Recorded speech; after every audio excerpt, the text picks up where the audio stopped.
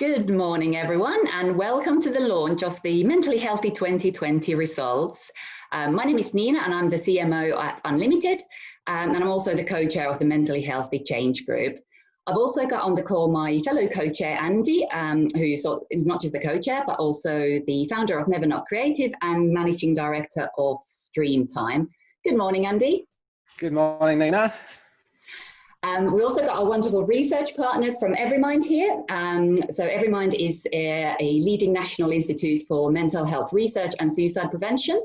And today we've got the acting director and associate professor, Carmel Laughland, here joining us from Everymind. Welcome, Carmel. Sorry, you're muted. Hello, everybody. Lovely to meet you all. Hi. We also got the man behind all the numbers, so our research lead, Dr. Ross Tynan here. Welcome, Ross. Thanks, Nina. Hello, everyone. Cool. So before we really dive into all the results, I just want to give you a quick background on what this mentally healthy movement really is all about. So in 2018, Unlimited partnered up with Never Not Creative and Everymind to run the first ever major scale study into the mental health of the media, marketing and creative industry. Now, I think some of you probably took part in the study, and most of you probably would have seen the results shared and quoted in various industry articles and events throughout last year. But rather than just finding out the stats, what we were always more interested about was how do we improve those numbers? So what can we do to make our industry more mentally healthy? So after the results, we were so overwhelmed by a number of people who got in touch with us and said, you know, what can I do to help? I'm very passionate about this. How can I get involved? So about a year ago, we set up the Mentally Healthy Change Group, which is now about 30 different individuals. You can see some of the past and present members on the screen at the moment. And this is just a group of volunteers who wanted to get together to make a difference and make our industry more mentally healthy. Now, one of the key areas that the 2018 study identified was that our industry has quite a big issue with stigma and stigma around mental health. So a lot of the projects that we focused on have really focused on smashing the stigma around mental health and sharing stories and opening up the conversation around mental health. We've held many events ranging from mentally healthy work to our monthly Asking for a Friend sessions where you can ask those uncomfortable questions for a friend. And what this group, and what also we've done is we launched the Heart on My Sleeve storybook where agency CEOs share their mental health stories. And we've also featured in various articles such as the Mindful Leader series with Advertising Week. We've also got another agency CEO's Heart on My Sleeve storybook coming up just next week, which is a more of a COVID edition of people sharing their experiences during COVID. So stay tuned for that. Late last year, we also launched the Mentally Healthy minimum standards for our industry. We've got nearly 100 companies already signed up for that. If you don't see your company represented there, please get in touch and we'll give you some more information on how you can make sure that your company signed up for these. So we got a lot of things done last year, but what we wanted to do this year is see how things have really changed in the 18 months since the first study was done. And what we wanted to do as well is dig deeper into the results. So really understand what are the kind of causes and the coping mechanisms, behind these. And very importantly, we also wanted to look at what works when it comes to mental health at the workplace. So what are the kind of programs that people actually really value at workplace? And then use that information to plan for programs to address those issues. So before we really kick off, just to let you know, we're recording this session. You'll also get access to the deck later on. You feel free to jump into the chat function and pop in any questions into the Q&A if you got them, and we'll try to answer some of those at the end of the session. And also, if you need any urgent help, please do make the most of the wonderful services that we have in this country, such as Lifeline, and we'll pop in some other numbers to the chat as well. So now, before Andy's going to share all the numbers with you, I wanted to welcome Carmel from Everymind, who's going to give us a quick introduction from Everymind. Welcome, Carmel. Hello, and thank you, Nina. I'm I feel very privileged to be part of this group. Everymind is a non-for-profit-like organisation that really is dedicated to understanding better mental ill health and suicidal ideation and trying to prevent these forms of illness in our community by equipping people early with information about mental ill health and suicidal ideation so that people can be proactive in their own healthcare. And it's wonderful to partner with this particular group of people so that we can do something really proactive in our community and this community going forward. For myself, my own background is in mental health. I've spent now 40 odd years working in mental health, particularly in the acute mental health area. So working in hospitals, for example, and community health teams. And so this is my one of my first major forays really into the community sector per se. And the reason for that is that I think prevention is such an important aspect of the work we do. So much of our mental health care system is devoted, and rightly so, to people who are in acute distress. But for most of us, the issues that we face are sometimes things that we can address in our workplace, we can address in our personal lives, we can address in our communities, and reduce the stigma, reduce the impact of mental ill health and suicidal behaviour within that context. And that's why I'm personally very excited to be part of this group here today. I think it's so important. As we go through the results today, I think that some of it will be refreshingly new, and some of it will be things you'll go, yeah, no, that really resonates with me. Some of the information you'll go, well, that just makes common sense. And some of the information will be a way for you to be able to be proactive within your workplace and community. And I think collectively together we are far much more stronger as a group of individuals working on this problem than we are trying to deal with it individually. So congratulations to all you for being part of today, and congratulations to this team and the data that they're presenting. I hope you find it extremely interesting. I certainly have, and I look forward to hearing the rest of the information as it gets presented here today. Thank you, Nina. Brilliant. Thank you, Carmel. Now let's dive straight in. Over to you, Andy. Oh, thanks, Nina. So this is I guess the sort of consolidated analysis of everything that we did. The study was conducted just before the pandemic, actually. So we were also pretty aware of that when we went to go to analyze the results, and then realized that, you know, the world has changed around us. So we did conduct a further study in April 2020, just to see whether anything had changed significantly. A few things had changed, but overall, there were only really a few sort of significant short-term differences. I think we're still to see what the longer-term effect might be on our mental health, and there's plenty of reporting out there as well. But we didn't see too many differences coming out in the initial versus the initial study. So we did the first study back in 2018, and we were really keen to try and understand what's happened since then. So how is our mental health looking in 2020? We had almost 1,600 respondents for this survey, which was very close to the amount that we had in 2018, a good split across the creative, media and marketing sectors, and more than half worked in companies with more than 50 people. So let's take a look at 2018 versus 2020. And the main numbers, I guess, that we're most interested in is, had depression and anxiety symptoms changed at all, levels of symptoms changed at all between the two studies? And what we found was actually they were pretty much the same. So 56% of our industry displayed mild to severe levels on the depression scale. That's very similar to what we saw in 2018. You will see that on this chart, it starts on the left with national data from 2015, and then moves through to the 2018 study, 2020, and then COVID.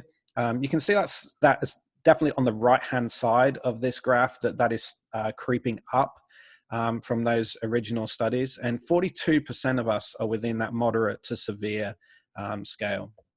When it comes to anxiety, the story is quite similar. So 44% of us are experiencing moderate to severe symptoms of anxiety. And this is all measured based on the depression, anxiety, and stress scale. So that's the DAS scale that we use in the survey, which means we're able to kind of compare it to other studies and other results. I guess one of the things that we're sort of very mindful of is the severity of some of the symptoms that we're seeing in terms of the levels of anxiety and depression. So when you look here at almost a quarter of people who responded showing severe symptoms of anxiety and a fifth showing severe symptoms of depression. And they are above, quite significantly above the national averages.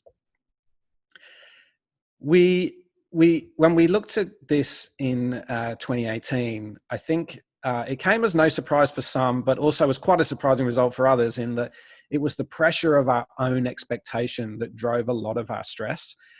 We are trying to kind of, I guess, always coming to work and change the world and, you know, come up with new ideas every day. And so this expectation that we always have to be at our best is one of the things that actually drives us really hard, but also can contribute to higher symptoms of stress. You'll see here that we added in some of the COVID results, and some new things started to rise up the ranks as well. So unsurprisingly, perhaps, concern about the control that we have over our own future actually moved into second place during that study. And things like sense of isolation started to pick up as well. But still, when you look at this sort of top five, we're looking at the pressure of our own expectation, the pressure from others, so the work that we do for others and the expectations placed on us as a result of that.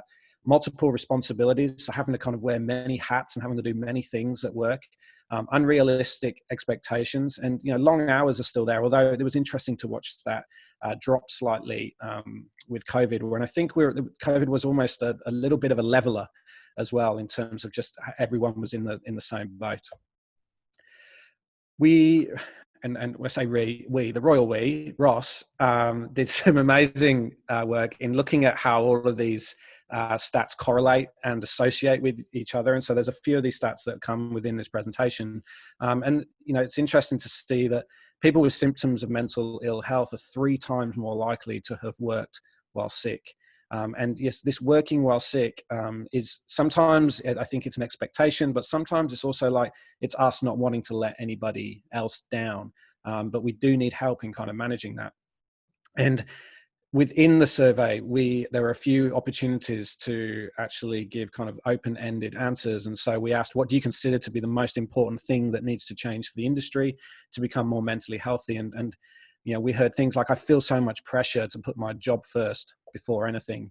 And I found whenever I've tried to implement a healthy boundary in the interest of preserving my mental health and to provide the best work possible, it's been met with a response of, if you were truly passionate, you'd want to work on this until 2 a.m. and on weekends.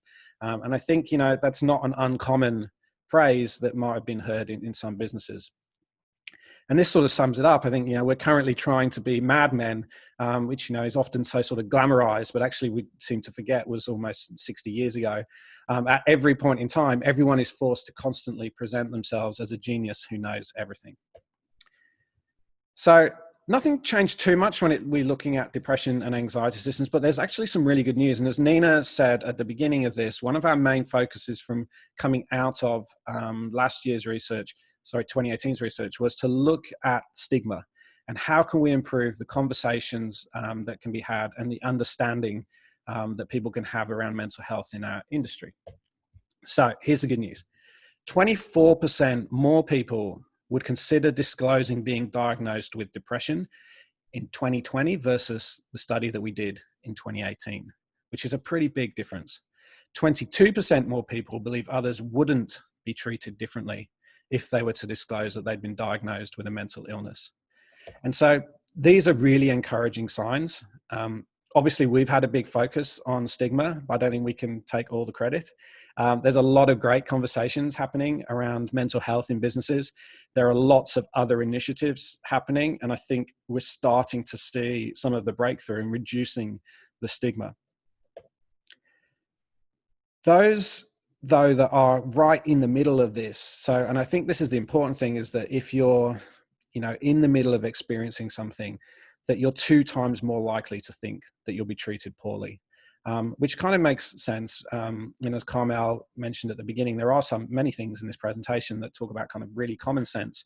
But it's important to think about that, because it might be the people that are needing more help that aren't going to be the ones that speak up, because they might have the idea that they're going to be treated poorly. So we'll dive deeper into some of the numbers. And one of the things we were interested in going into a little bit more information, a little bit more depth this year, was coping mechanisms and some of the things also that we turn to when it comes to dealing with our mental health. We're seeking help from friends, family, peers before any of those designated workplace assigned initiatives. And so there's a few things to read into, I think, from this slide here. So one, the good thing is that it does seem to be speaking up a lot more. This question asked, in the past 12 months, how many times have you consulted with the following types of support to discuss your own mental health problems? And we're talking about our own mental health problems. So it's actually encouraging to see that people are reaching out to friends and family members, and that's 84% of people. GPs, 47% of people have been to see a GP about their own mental health problems in the past 12 months. Then we're turning to work. And I think the important thing is that work doesn't have to fix, it just has to understand and be able to point you in the right direction. And so we are going to look around, and this is almost 1 in 2 that somebody is going to ask you about helping them with their mental health. Psychiatrists and psychologists, so actual professional help, is up there at around 1/3 of us. And I guess what's interesting at the bottom here are some of the things that have been put in place by workplaces.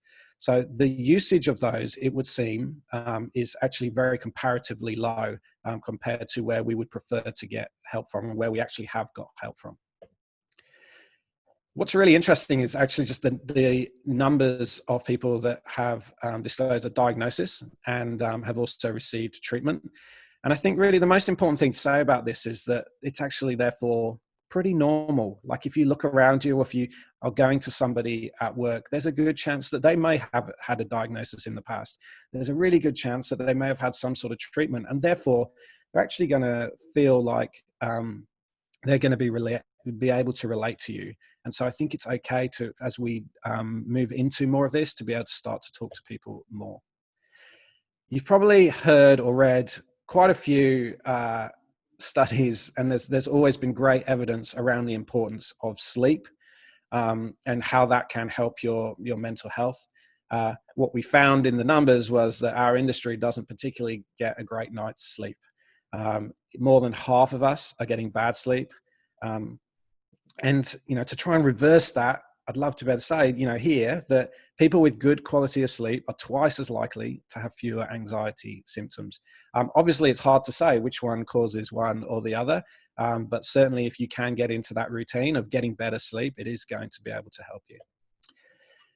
Alcohol's come up a lot in the past, and I remember when we launched actually the first lot of results, there was a story around alcohol at the same time, even though we hadn't asked it. And it seems that story was probably pretty justified. So 14% are consuming alcohol at actually quite high risky levels. 1 in 5 are drinking 6 or more drinks at a time every week. And 44% of us are drinking at risky levels overall. Perhaps unsurprisingly, that consumption increased during COVID by about 51%. And so we do, I guess, our industry, and maybe it's because of a sort of, blowing off steam and kind of letting off steam, there is seen by some this binge drinking culture. And this was somebody's response in the survey: stop the binge drinking culture, rethink our industry's relationship with alcohol. We don't have to celebrate everything with a drink. People with high levels of depression and anxiety are 3 times more likely to be drinking alcohol at high risk levels. It's not helping us. Here's that stat at the top here from COVID, where we asked, how did your use of the following increase or decrease during the period affected by COVID-19? And you can see that stat, the 51% increased their alcohol intake. But I would also like to show the positive things on this slide as well. So whilst that did increase, what we can also see is increases for exercise down there at the bottom. 47% of us increased our exercise during COVID. We started eating more healthy foods. We connected a hell of a lot more.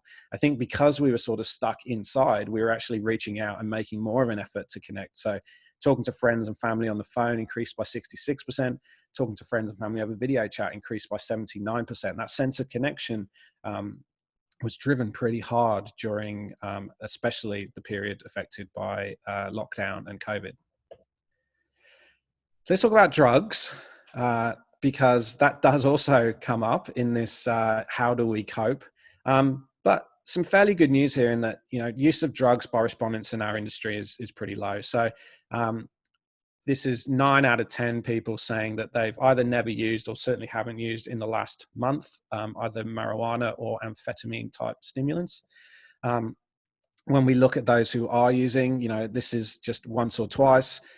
So 8% and 6%, and then we drop down again 3 to 5 times and 6 to 10 times. And so those are quite encouraging. I think, and Ross might be able to touch on this later, but the amphetamine type stimulants is slightly higher than the national average, but the marijuana is pretty much the same as what we see in the general population.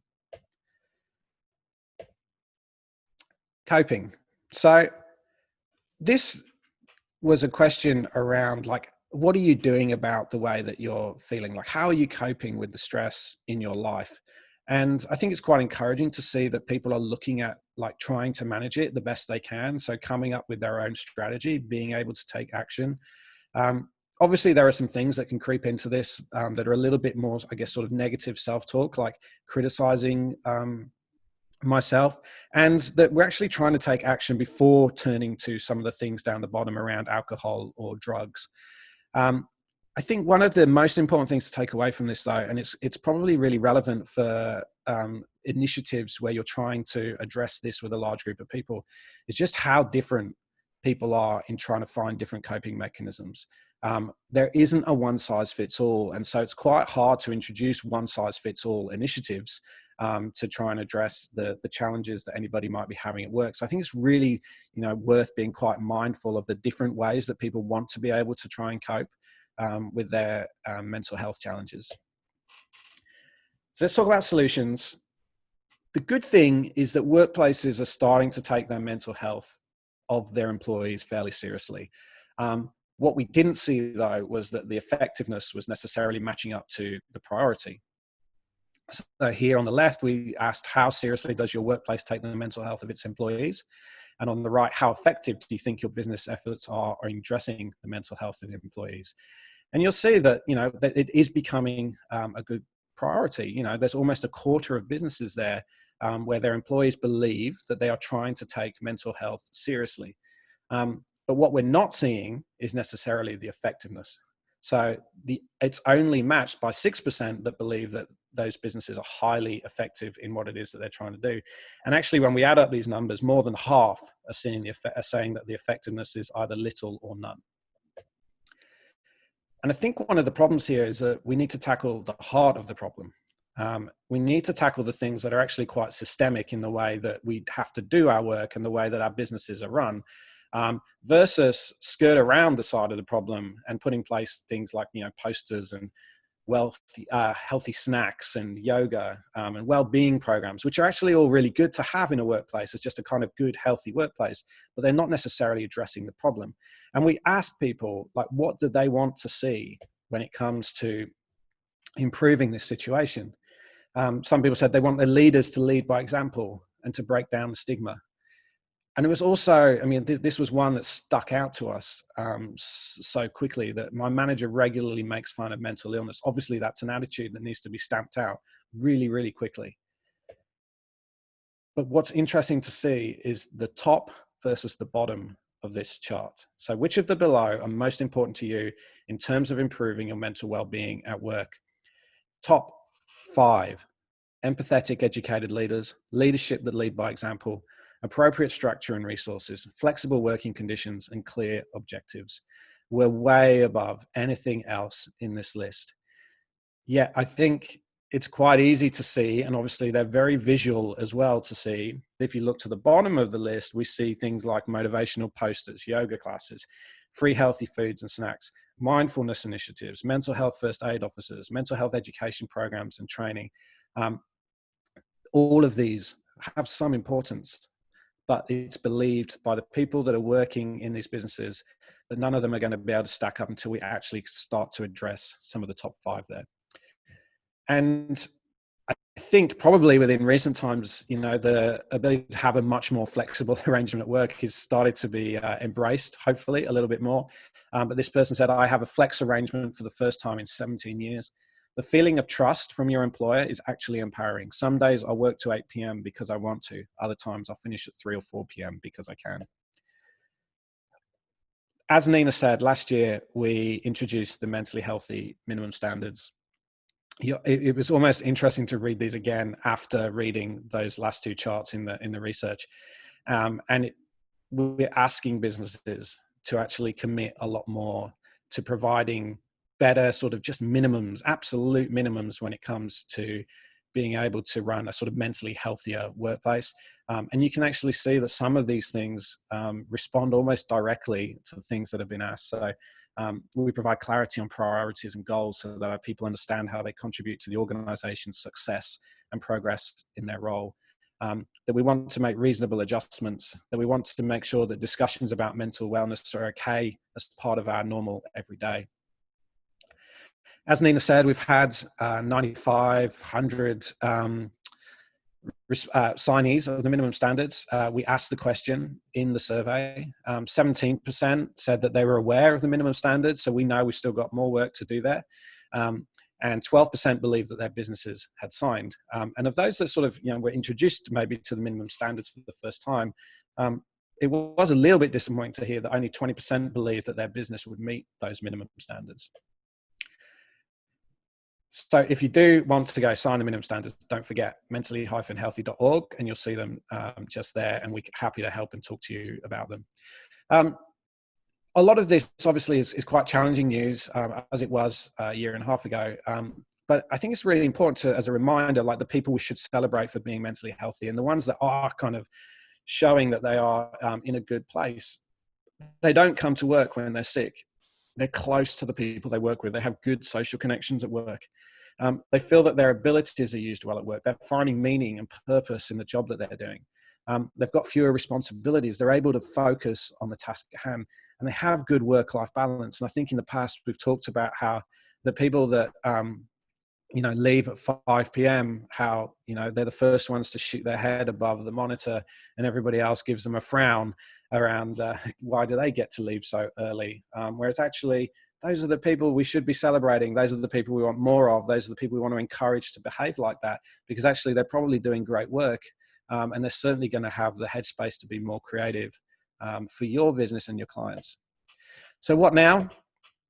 Can we learn from other industries? And we started to kind of look at this, and especially because Ross has also done a lot of research into the other industries, and this survey was adapted originally from the Every Mind Small Business survey. And we've seen great news for us that we're starting to reduce that stigma. But I think we were sort of quite shocked when we said, oh, let's have a quick look at mining. And mining's levels of stigma are at 21%.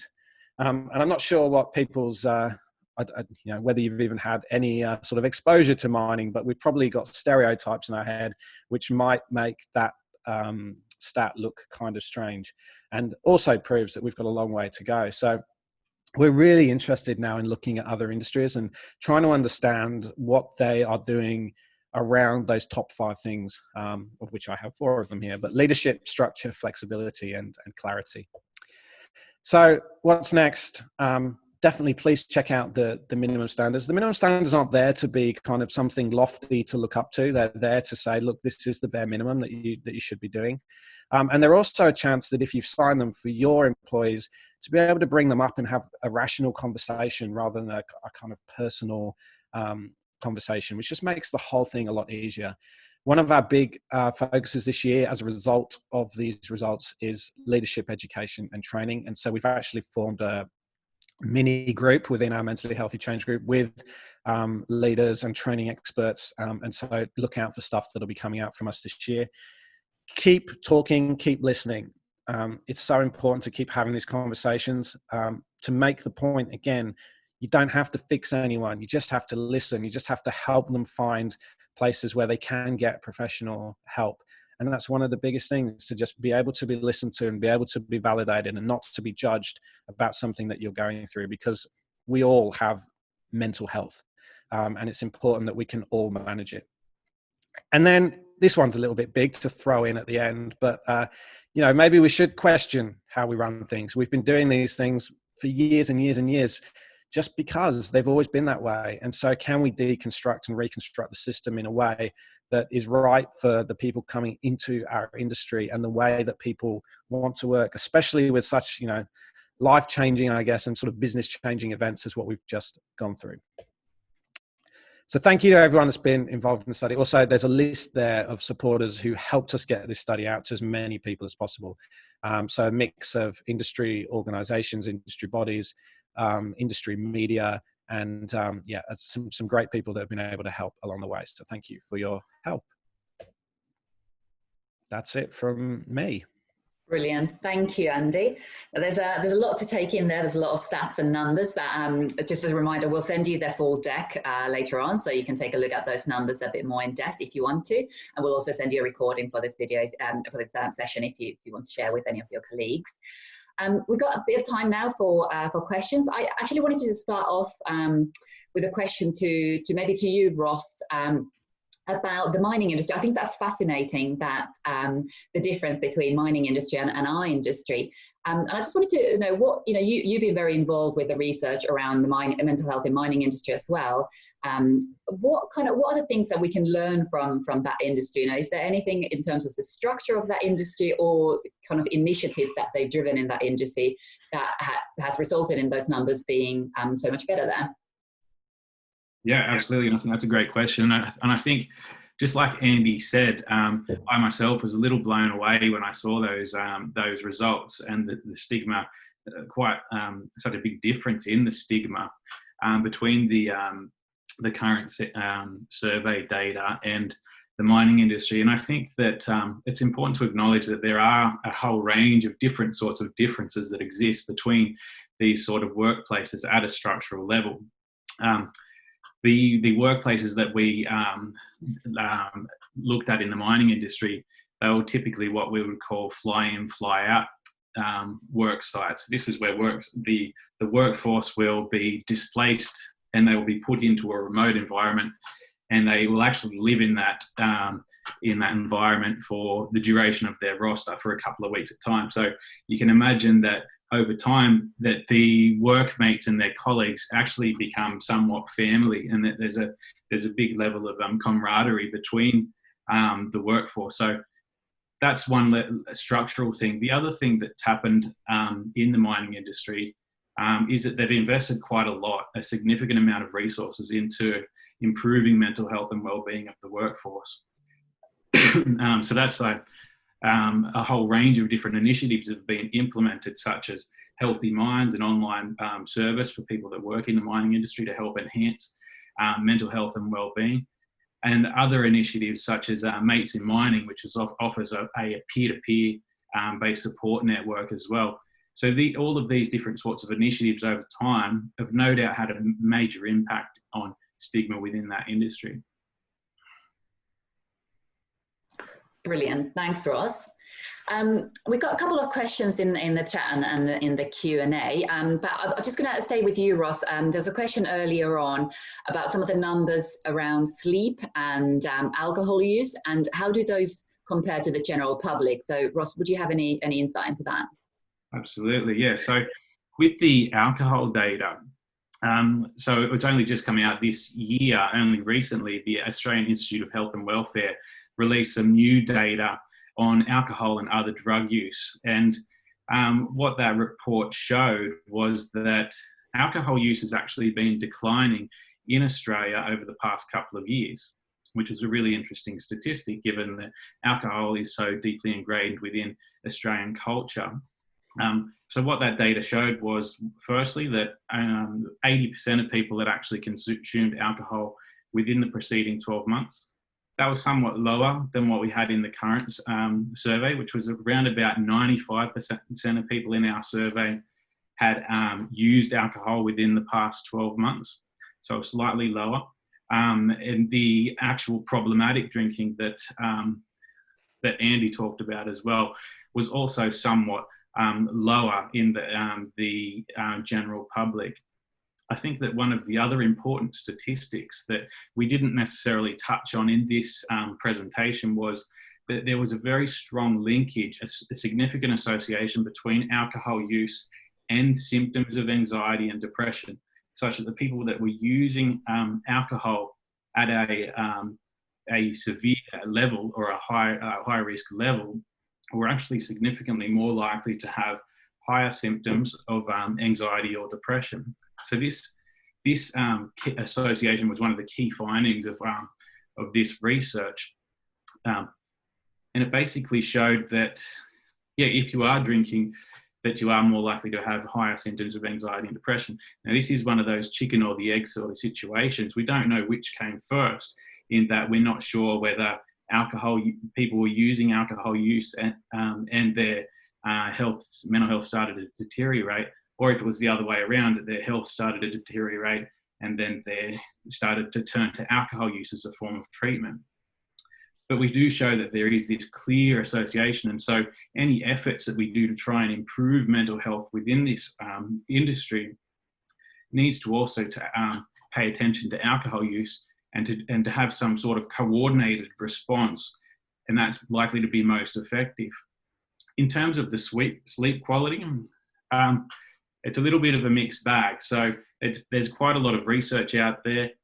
There's a lot of research that shows quite poor sleep quality and quite good sleep quality. So it's hard to get some Australian normative data. But what we found here, again, was this clear linkage between sleep quality and mental health outcomes, such that those people that had poorer sleep quality were also more likely to have higher symptoms of anxiety and depression. So this is what the key focus of this, rather than the comparisons between the general public. Brilliant, thanks, Ross. You kind of partly answered one of the other questions that was in the chat, but I just want to see if you or Andy or Carmel, if you got anything else to add. Sophie's asked, what are some of the reasons that our industry has higher numbers of anxiety and depression? So, Carmel, do you want to? Yes. Can I just come in on both the topic before about sleep hygiene, but then about the rates of anxiety and depression? So one of the things to support people who are online here is to think about their sleep hygiene. And this is a term that you may have heard before, but effectively what we often don't realise with our sleep behaviours is that we tend to develop some really poor sleep habits. And some of those are not just about having technology in our room. Most of us know you need to have a quiet room to sleep in, and you might want to darken the room and all of those things. But some of the things I think that our industry here today might do that is a bit different from some other groups is that we tend to be high-tech users, so we tend to take our technology with us and into our bedrooms, and that means that often we are engaged with technology right up to the moment that we actually go to sleep, and that in itself is, we know, is a factor that can disturb sleep, partly because of the light that's generated by, say, a phone or a computer in our room, but also because it will make noises and change things through the night, and that can be disturbing to us. The other thing is that many of us tend to work, so we come home, we put dinner on, we get the kids into bed, whatever our daily schedule is, and then we do a little bit of work. We catch up on those emails, or we do some other work that we're trying to do, and often this falls just prior to our bedtime schedule. We feel tired, but we've wired our mind up for the evening, and so we're often going to bed after we've been doing some sort of work activity, and that will mean our mind continues to tick over. So I would suggest to people that you really need to provide yourself with a little bit of downtime before you go to bed.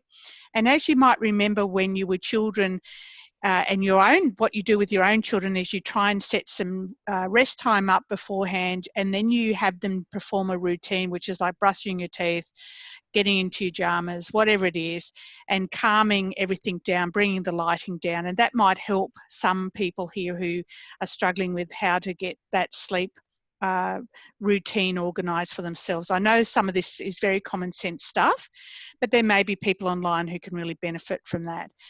Turning to the question of anxiety and depression and why that may be more predominant in this group of people, there are lots of reasons why that will be. We don't know what the cause and effects are here, but one is that our group is one of the most, I think, is an intelligent, capable and articulate group of people. And we're quite insightful as a team, as a group. And as such, we're often able to work out when things are not going quite right for us, when we're not feeling at our best, and we're able to go source information much more readily than in a lot of other groups. I think that the unusual hours and the work demands that are placed on us, and as we saw in some of the data, the unreasonable requests that we put on ourselves in our work are factors that are going to contribute to our well-being. So I think having a look at this data and having a think about how we might set our working life up to be more consistent with the type of life that we're after, bring the stress factors down a little, put some boundaries around our work activities, give ourselves enough downtime at the end of the day, or to engage in things that bring us a sense of control, is clearly something that would be helpful, I think, in this space for most people. Doing that is easier said than done. I think all of us working in this industry know very well it's not always quite that easy. But having those figures and stats in front of you helps us to become more aware that we perhaps can have more control and have some way of organising our lives in ways that can bring that stress and that sense of responsibility down for us, talking to colleagues, setting up good work practices. And like I think Ross and Andy have already said, thinking about, do we really need to still be here at 8 o'clock at night? Is that really sending the right message to ourselves, to our work colleagues and to our boss? It's a good question to ask. Nina, I'll come back to you. Brilliant, thank you. Lots of good advice there. I think yeah, go on. I think there's some other stuff here as well around, like, it's really easy to take, if we go back to that kind of stresses question, which is the pressure of your own expectations. I think that is, there's I guess some people that might look at that and go, right, well, this is an individual problem. And it's something that, people just need to, drop back a little bit, not take things so seriously. And there is stuff that we can do, obviously, to manage our mental health better. But I think also this is a kind of cultural problem. Like, we are taught this at a very early age, like in education, like we're always looking for things that are better than what we can currently do. And so we're always having these kind of aspirations of trying to deliver on that. And at the same time, we also don't get to very often look back. We don't get to look back at where we've come from and get to look at what we were doing a year ago or 2 years ago and see the improvement. And we don't get to celebrate that either.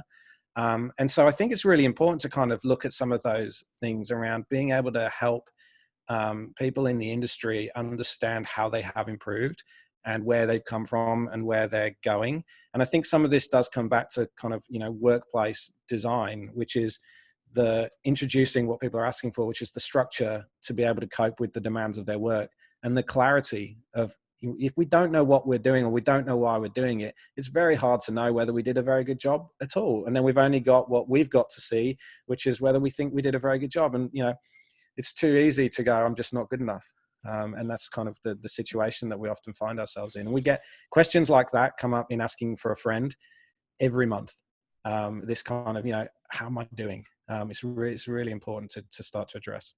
And Andy, if I could come in on that and just say I totally agree with you. What I was suggesting was, you're right, about individuals trying to manage this for themselves personally. But I couldn't agree more. This is about structural change that needs to take place in not only this industry, but in many industries, because quite clearly people are saying what is on offer really doesn't help and support me very well. And I think there's a couple of questions in this. One is, thinking about what our workplaces actually could be doing that would support us. How do we inform our workplaces or help support our workplaces to make the changes that actually are needed for us to be able to make better use of what they're trying to provide? If it's yoga and free snacks aren't doing it for us, what is it that our organisations, our industry should be really looking at providing? And EPA is one of those, of course, but there must be other things that we actually need. And many of us here are either leaders today or we will be the leaders of the future. And we need to be thinking about, how do we want to lead this change? What is it that we as an industry and an organisation need to be doing to lead change in this area to make it better? Because clearly there's a long way for improvement. So it's not just about the individual, it's definitely about the organisation and the structure in our industry and how we all individually and collectively build change into this model. So Andy, you're absolutely right on that front, I think. And just to add to that point as well, I think that there is clearly an appetite for change at an individual level as well. I think that we were all blown away by the response to this survey. Back in 2018, when we first released the survey, we had hundreds of people complete the survey within the first few hours. So that there's clearly an appetite to, one, have a voice in how this industry can be shaped moving forward. And I think that that's really encouraging. We got the same response earlier this year. So we still had over 1,800 people complete the survey. And then to top that off, we did another survey, the Pulse survey, not long after that. And we still got an amazing response. So clearly there is an appetite for change and for what people want. The other thing that I think as well is the help-seeking data as well. We've got a very mentally healthy, literate group here, people that are very much in tune with their own mental health. 85% of people had spoken about their mental health to another person, either a friend or family member within the past 12 months. This number was considerably higher than any of the other workplaces that we've worked with. So the mining industry, it was about half of that. So clearly people are keen to have a voice. The other thing is that the minimum standards as well. I think that it's been great to show that industry are actually jumping on board. Over 100 industries have signed up to those and committed to those minimum standards. Now, this is an amazing response because these minimum standards have been developed based on a direct translation of the results. So what we've found in our research are tied to poor mental health.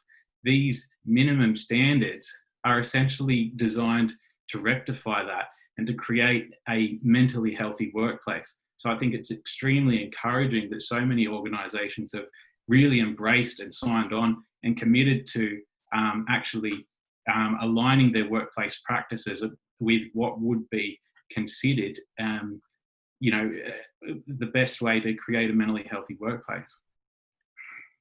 Brilliant, thanks Ross. I've got a question from Sam. Deconstruct and reconstruct the industry. With many doing this around COVID, any thoughts on specific things that organisations can do to promote positive mental health? What would you get rid of and what would you do more of? Andy, do you want to have a go at that? Knew I shouldn't have just chucked that in at the end there.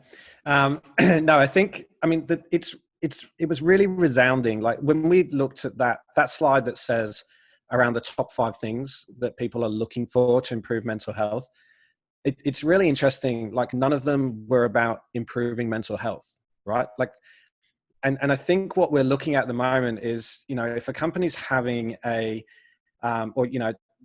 discovers that there is an issue with mental health or that they'd like to address it, they address mental health they don't address the things that have probably caused it, or the things that are linking to it, which is just how we work.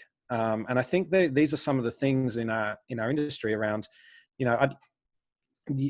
anyone who works for an agency will sort of understand that, it very much feels like we've got plenty of verbatims through the survey about this around, as soon as, a client says do something, we jump and we do it. And we don't think about what the impact of that is on the rest of our staff. We just know that we have to do that to keep that client. But as I think we've seen in the past, it's not necessarily any easier on the other side. On the client side, it's the same, but it's responding to things higher up, and that's getting kind of passed on. So I think there's some things around just treating people a little bit more like human beings. I think we can do things around, I think we've now proven that we can have a much more flexible way of working, and that we can trust our people to do that. And I think there was a lot of issues with trust in the past around letting people work from home or letting people do things in their own time. And I think we've proven that that's actually not so much of an issue now. And so maybe the pandemic was actually the big change that we needed in order to address some of that. But I think the other thing is, and I know I will have been guilty of this in the past, we don't train people to be leaders. People who get promoted because of what they're really good at another level. And usually that's work related. We're always talking about the work and how important the work is. And then we get elevated into positions where we don't know what to do with the people that are around us or below us. And so I think that's one of the biggest things that needs to be addressed, is that it's really going to be worth investing in your people. And, we do a lot of work with the Young Bloods organization. And these, as I think it was you, Carmel, said, like, these are the leaders of tomorrow. And we have to break the cycle. You don't have to do what the people at those levels are doing now. You can actually choose to become the leader that you wanted and the leader that you want to be. And so I think trying to break that cycle of just, well, we're always going to do it like that because that's the way I did it, is a great opportunity right now. And I think Young Bloods as well are in a really great position to start to address that. And we've got Young Bloods people on our change group. We've got Young Bloods people that we do Asking for a Friend with. It's such a great opportunity to actually start to help shape those leaders of tomorrow. Brilliant, thanks, Andy. We've got a couple of questions as well about the differences between, what have we learned from like freelancers and sole traders, and also what kind of, whether this study looked at younger people in our industry, so like graduates and so on. Ross or Andy, do you want to just talk about any differences that you saw in terms of those kind of groups of industry or age groups, if there were any differences in the data? I can kick off while Ross looks through some more numbers, if you like. But I I think some of the things that we noticed in the survey, and we did do all of that analysis, is the first thing, is that, and we present the stuff that is sort of significantly different to show. And I remember that we did do a lot of cuts around, and we did this in previous years around, can we see any differences between, age groups, people with children, people without children, male, female, regional, remote. And actually, I think in most cases, the results of this survey were that there was such kind of quite clear reasons for things that they didn't show up any significant differences when it came down to age levels and that kind of thing. I think freelancers and contractors, again, this is what we didn't include it, but some of the more obvious ones are the sense of isolation. And I think also that sort of sense of control it's good in some ways, but it's not as good in others, in that, you're all reliant on other people for your work.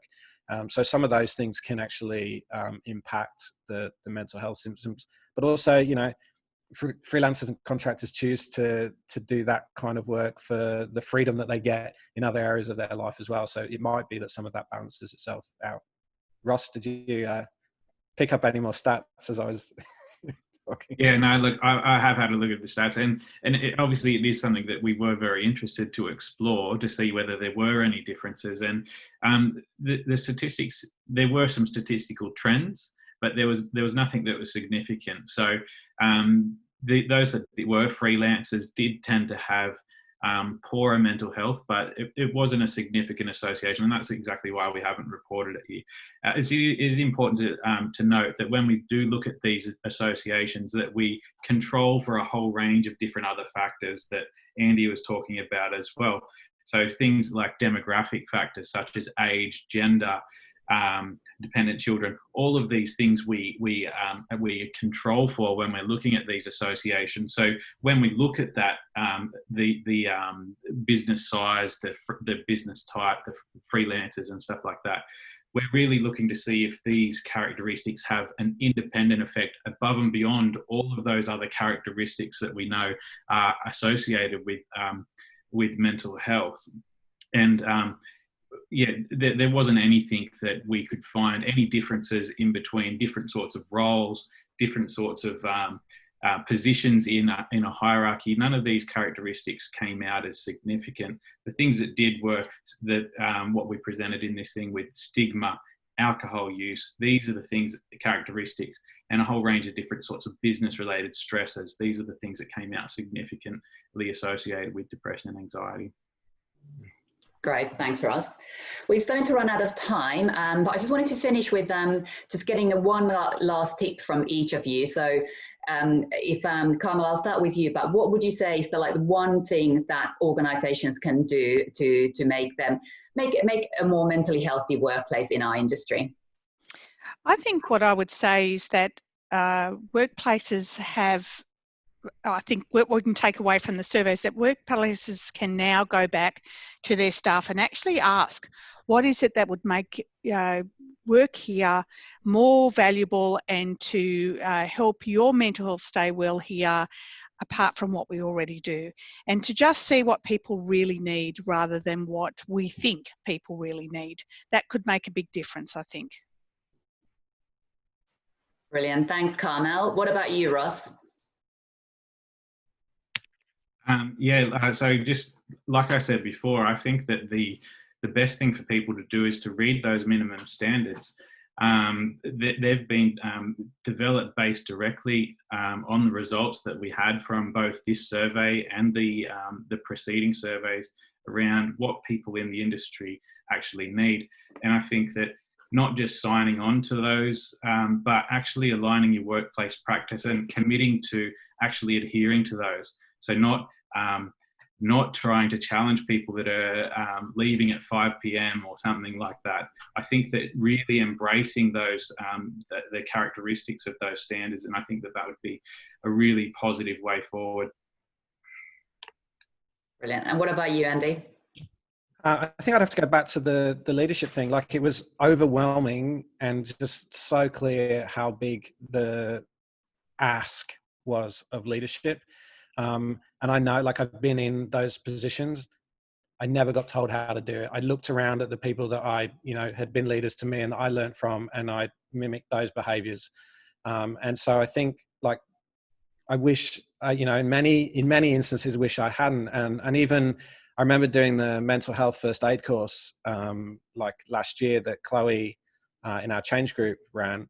And it's as good as a leadership course. Like, the understanding of people, and just the fact that somebody might be going through something else as they're trying to do their work, and just becoming a lot more aware of that is really important. And so I think we've done an amazing job as an industry of creating people who can change the world. And everyone wants to be able to do that, and that's why they come into this industry. But we also now need to sort of go, great, we've done that. Now we need to look into this space of going, how can we create leaders who can just make that job a hell of a lot easier and more manageable in the future. So I think, that's what I'm really keen to sort of focus on for this year. Brilliant. I think that's all we've got time for today, I'm afraid. But thank you. I just want to say a massive thank you to Andy and Ross and everyone at Everymind for all the hard work that's gone into these numbers. You've seen a snapshot of the numbers, but a lot of work has gone into crunching those numbers in the background. So huge thank you to you guys. Also a massive thank you to everyone who's on the Mentally Healthy Change Group for all the work that you're doing to make our industry more mentally healthy. I popped the mentally-healthy.org website, a link into the chat as well. So feel free to go there to check out all the other resources and more details on the research over there. And also, a big thank you to Nina, because Nina's always thanking everybody else. And is I'm not going to thank myself, am I? A lot of this wouldn't happen if it wasn't for Nina. Like, Nina is amazing at making things happen, basically. And so thank you for all your like help and support. And, you know, as we've been working together as well on the change group. So yeah. Oh, well, Hear, thank hear, you. Nina. Hear to you both. Brilliant. And if anyone's interested in joining the Mentally Healthy Change Group, if that's something that you feel passionate about, please feel free to get in touch with me or Andy. You know, we welcome lots of people in the group, so do get in touch if that's something that you're interested in. That's all we got time for. So hope you all have a lovely day, and I hope to see you again soon. Take care. Bye. Bye.